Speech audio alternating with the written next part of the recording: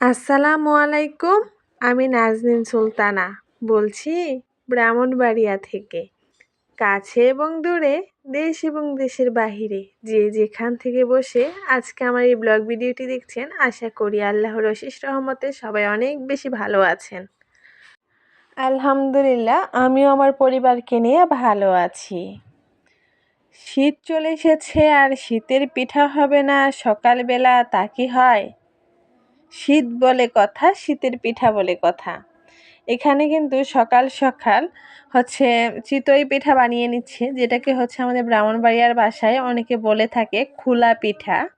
আজকে কিন্তু ওইটাই বানিয়ে নিচ্ছে সকালের নাস্তার জন্য।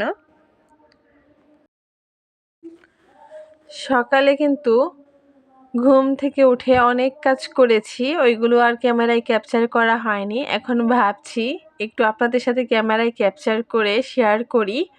তার জন্য কিন্তু নাস্তা বানানোর মুহূর্ত থেকে ক্যামেরাটা অন করেছি। আশা করি আজকে আমার ভিডিওর শেষ পর্যন্ত আপনারা আমার পাশে থাকবেন, আমার ভিডিওটি আপনাদের ভালো লাগবে। এখানে আমি নাস্তা করে এসে আমার লাগেজটা গুছিয়ে নিচ্ছিলাম। এখন আপনাদের মনে প্রশ্ন আসতে পারে যে আপু, তুমি লাগেজ গুছিয়ে কোথায় যাবে? সেটা তো আমি অবশ্যই বলবো, আপনাদের সাথে আমি শেয়ার করব। কোনো এক শহরে আজ আমার যাত্রা। আচ্ছা বলেন তো, আমি কোথায় যেতে পারি?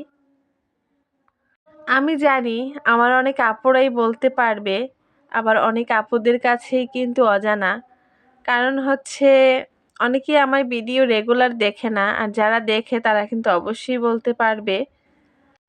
হয়তো আসছি আমার কোনো প্রিয় আপুর শহরে, আপনাদের শহরে। কোন আপুর শহরে আসছি এটা তো অবশ্যই বলবো। তার আগে এখানে আমি আমার লাগেজটা একটু গুছিয়ে নেই। এখানে আমার মা দেখেন কি কি দিয়েছে। এখানে আমাকে কিছু সুপারি দিয়েছে, 2টা কটবেল নিয়েছি, আর আমার প্রয়োজনীয়, আমি কিন্তু বেশি দিন থাকবো না, মাত্র 2 দিন থাকবো। 2 দিনের জন্য আমি 2 সেট কাপড় নিয়েছি। মানে যা যা লাগে আর কি, টুকটাক প্রয়োজন হয় ওইগুলোই কিন্তু আমি নিয়েছি। আর আমি সবকিছু চেক করে নিচ্ছিলাম যে সবকিছু ঠিক আছে কিনা। এটা হয়তোবা আমার একটা বাজে অভ্যাস বলতে পারেন। কোথাও যাওয়ার আগে আমাকে সবকিছু চেক করতে হবে। এই বাজে অভ্যাসটা কিন্তু আমার ছিল না, আমার তৈরি করা হয়েছে। এটা আসলে করেছে আমার আব্বা। আমি যখন পরীক্ষার হলে পরীক্ষা দিতে যেতাম, পরীক্ষার সময় আর কি, তখন আমার আব্বা বারবার বলতো যে তুমি সবকিছু নিয়েছো কিনা, ফাইলটা চেক করো, ব্যাগটা খোলো, মানে সব সময় বলতো আমাকে। তো ওইরকম ভাবে সব সময় পরীক্ষা দিতে যাওয়ার আগে যখন আমি দেখতাম, ওই থেকে যে আমার একটা অভ্যাস হয়ে গিয়েছে, ওইটা এখনো আমার কাজ করে। আমি কোথাও যাওয়ার আগে বারবার আমি ব্যাগ চেক করি বা ফাইল চেক করি। এটা আমার একটা বাজে অভ্যাস বলতে পারেন। আর এই যাওয়াটা কিন্তু হঠাৎ করেই সিদ্ধান্ত নেওয়া হয়, আর আমি হঠাৎ করেই গোছগাছ করে বের হয়ে যাই।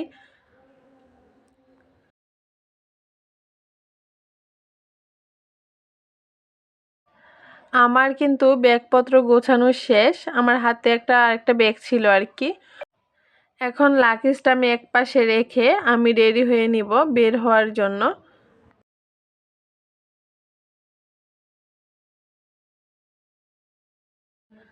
আমি কিন্তু ঝটপট রেডি হয়ে বের হয়ে গিয়েছি। আমি কিন্তু বাঙ্গরা থেকে সিএনজি নিয়েছিলাম কোম্পানিগঞ্জ আসার জন্য। কোম্পানিগঞ্জ থেকে আমি টিকিট কেটে তারপরে বাসে উঠব। আর যেহেতু বাস আমাদের এদিকে নবীনগর থেকে 6টা 6:30টায় ছাড়বে, তো এখানে দেখা যাচ্ছে কোম্পানিগঞ্জ এসে আমাকে অনেকক্ষণ সময় বসে থাকতে হবে, অনেকটা সময় বসে থাকতে হবে।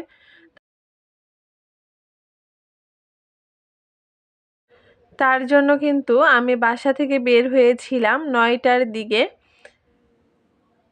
যে আমি 9টার দিকে যদি বাসা থেকে বের হই, তাহলে আমি 10:30টার দিকে কোম্পানিগঞ্জ থাকবো। আর কোম্পানিগঞ্জ থেকে কিন্তু আমি বাসে উঠে যেতে পারবো। তো এখানে আমি টিকিট কেটে তারপর দাঁড়িয়েছিলাম। এখানে আরও 10 মিনিট সময় ছিল বাস ছাড়ার।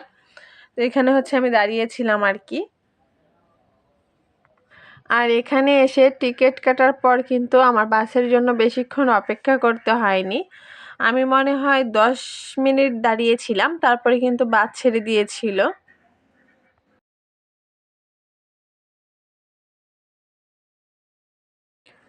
এরই মধ্যে কিন্তু আমি বাসে উঠে গিয়েছি। আর এখন যেই নদীটা আপনাদের সাথে শেয়ার করছি এটা হচ্ছে গুমতি নদী।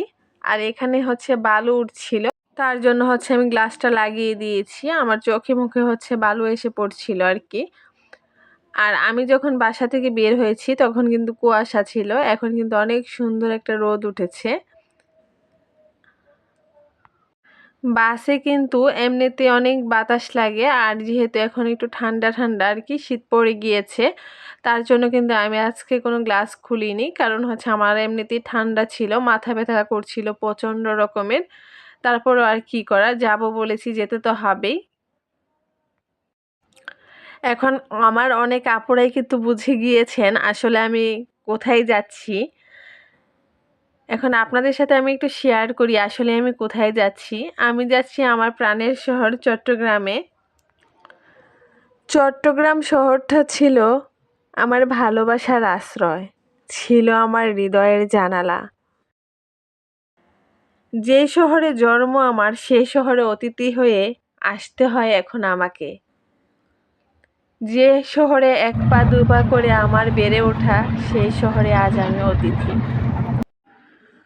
আমাকে যখন চট্টগ্রাম শহর ছাড়তে হয় তখন কিন্তু আমার বয়স ছিল খুবই স্বল্প। তারপরও চট্টগ্রামে আসা হতো, কারণ চট্টগ্রামে যেহেতু আমার বোন থাকতো, বোনের কাছে কিন্তু বছরে 2-1 বার আসা হতো।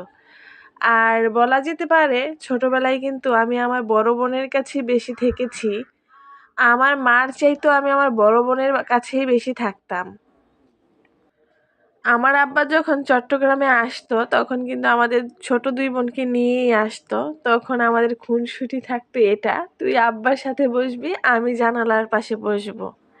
আর আমি বলতাম, কেন, তুই শুধু বাহিরের দৃশ্যগুলো দেখবি, উপভোগ করবি, আর আমি করব না? তবে আমার বোন কিন্তু ঠিকই জানালার পাশের সিটটা দখল করে নিত, আমি পারতাম না। আমি কিন্তু আমার আব্বাকে প্রচণ্ড রকমের ভয় পেতাম। আমি কিন্তু আমার আব্বার সাথেই বসতাম। আর এই জায়গাগুলোতে যখন আসতাম তখন আমার আব্বা হাত বাড়িয়ে বাড়িয়ে আমাকে দেখাতো আর বলতো, দেখো কত উঁচু পাহাড়, আর সব কিছুই স্মৃতি। আমি যখন এই জায়গাগুলোতে আসি তখন আমার ওই পুরনো স্মৃতিগুলোই মনে পড়ে, যে একটা সময় বাবা আমাকে এই জায়গাগুলো দেখাতো আর অনেক কিছু বলতো। চট্টগ্রামে জন্ম আমার হলেও আমার এখন স্থায়ী ঠিকানা কিন্তু ব্রাহ্মণবাড়িয়া। আমি কিন্তু সবসময় বলি যে প্রতিটি মানুষের জীবনে তার একটি করে গল্প থাকে। আর হঠাৎ করে কেন আমার চট্টগ্রামে আসা, আমার ভিডিও যদি নিয়মিত দেখতে থাকেন অবশ্যই জানতে পারবেন। আশা করি আমার ভিডিওর সাথে থাকবেন, সবসময় আমার পাশে থাকবেন। আমি কিন্তু বাস থেকে নেমে সিএনজিতে উঠে গিয়েছি, এখন বাসায় চলে যাচ্ছি আর কি, আমার বোনের বাসায়। নতুন নতুন ভিডিও নিয়ে আপনাদের মাঝে আমি নাজনীন সুলতানা আবারও চলে আসব। সবাই অনেক বেশি ভালো থাকবেন, সুস্থ থাকবেন। আজকে এ পর্যন্তই। আল্লাহ হাফেজ।